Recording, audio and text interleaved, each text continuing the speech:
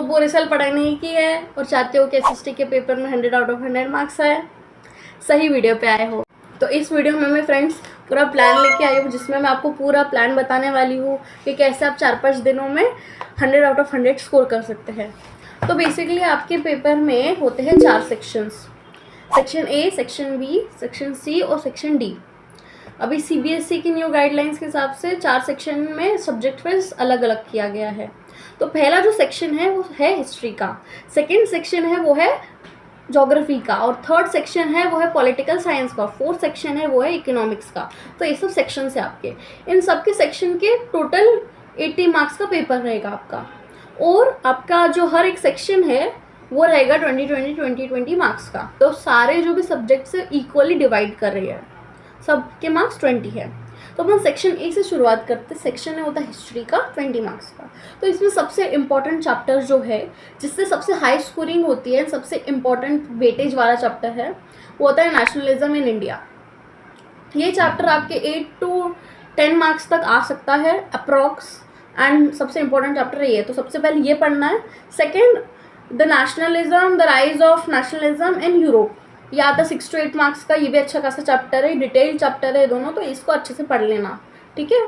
Third आता है print culture and the modern world, ये होता है 4 to 5 मार्क्स का। तो अभी इस हिस्ट्री के सेक्शन में ही आपका 2 मार्क्स का अप्रॉक्स आता है मैप वर्क, जिसमें आपको मैप से कुछ ना कुछ क्वेश्चन आता है, पूछता ही है, ठीक है। तो ये आ जाता है। और ये जो चैप्टर्स मैंने बताया आपको, इसमें से मोस्टली फ्रिक्वेंटली लॉन्ग क्वेश्चंस आते हैं और मैप वर्क आता है, ठीक है। इसके बाद आगे सेक्शन बी, अपन ने सेक्शन ए कर लिया, अभी आगे सेक्शन बी। सेक्शन बी होता है ज्योग्राफी का, ओके। ज्योग्राफी में सबसे इम्पॉर्टेंट चैप्टर रहता है मैन्युफैक्चरिंग इंडस्ट्रीज़, ठीक है, जो आता ही आता है, अराउंड 6 to 8 मार्क्स तक आता है, ठीक है। इंपॉर्टेंट चैप्टर है, वेरी इंपॉर्टेंट। ज्योग्राफी में सबसे पहले यही पढ़ना है। उसके बाद वाटर रिसोर्स जो 3 to 5 मार्क्स का आता है। थर्ड, रिसोर्स एंड डेवलपमेंट जो 1 to 4 मार्क्स का आता है। और मैप वर्क इसमें भी रहता है, 2 to 3 मार्क्स का रहता है अप्रॉक्स। मैप वर्क 5 मार्क्स का रहता है, ठीक है। उसके बाद आता है सेक्शन सी। सेक्शन सी रहता है पॉलिटिकल साइंस का, जो 20 मार्क्स का रहता है अगेन। एंड उसके बाद सबसे इम्पोर्टेंट चैप्टर होता है power sharing. Bro, this is so important, ये पढ़ लो, क्योंकि 5 to 6 मार्क्स का रहता है ये।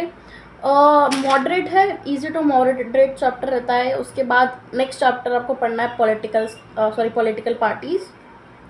पॉलिटिकल पार्टीज़ रहता है 5 मार्क्स का, ये भी इंपॉर्टेंट चैप्टर है। और पावर शेयरिंग, ठीक है। तो सिविक्स एक वेरी गुड स्कोरिंग चैप्टर है, अगर आपने जो एग्जांपल्स है वो क्लियर दिए हैं, अगर एग्जांपल्स दे रहे हो आप, जो भी केसेस दिए हैं एनसीईआरटी में वो दे रहे हो, तो ऑफकोर्स आपको बहुत हाई स्कोरिंग हो जाएगा इसमें से।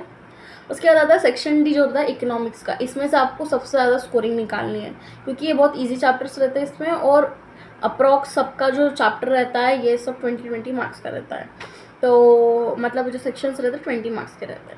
तो इसमें आपको सबसे पहले जो चैप्टर पढ़ना है वो sectors of Indian economy. This is the most important chapter of economics. ये रहता है अप्रॉक्स 7 to 8 मार्क्स तक का रहता है ये, ठीक है, बोर्ड्स में। और सेकंड होता है money and credit. This is very simple, easy chapter, theory based है, एंड सारे जो चैप्टर्स है थ्योरी बेस्ड है ऑफकोर्स। और 6 to 8 मार्क्स का रहता है globalisation. Again this is a important chapter, 5 to 6 marks का ये रहता है, ठीक है। तो ये रहा अपना सेक्शंस। अभी इम्पॉर्टेंट बात है, इम्पॉर्टेंट टिप्स पे।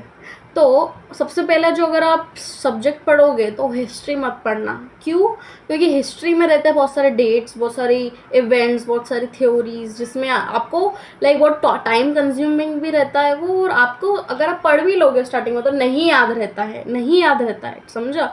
अभी पढ़ लोगे, बाद में 3-4 दिन के भूल जाओगे, फिर उसको कोई मीनिंग नहीं है, टाइम भी वेस्ट जाएगा, एनर्जी भी वेस्ट जाएगी।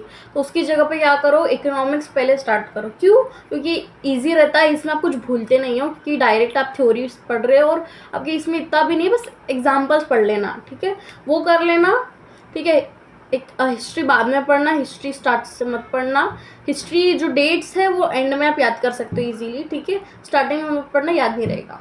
सेकेंड, जो सैम्पल पेपर सीबीएसई ने दिया है उसको प्लीज़ सॉल्व कर लेना। उधर से क्वेश्चंस आते हैं, इनडायरेक्टली डायरेक्टली पूछे जाते हैं, तो वहाँ से पेपर से आ सकता है, पेपर में क्वेश्चन आ सकता है, तो वो एक बार कर लेना, ठीक है।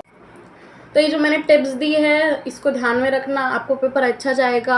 आप अगर ये पूरे जो 4 to 5 डेज़ मिले आपको, इसमें आप अच्छे से आप स्कोर कर सकते हो, आप पढ़ाई कर लो अच्छे से, टाइम है अभी आपके पास, ठीक है।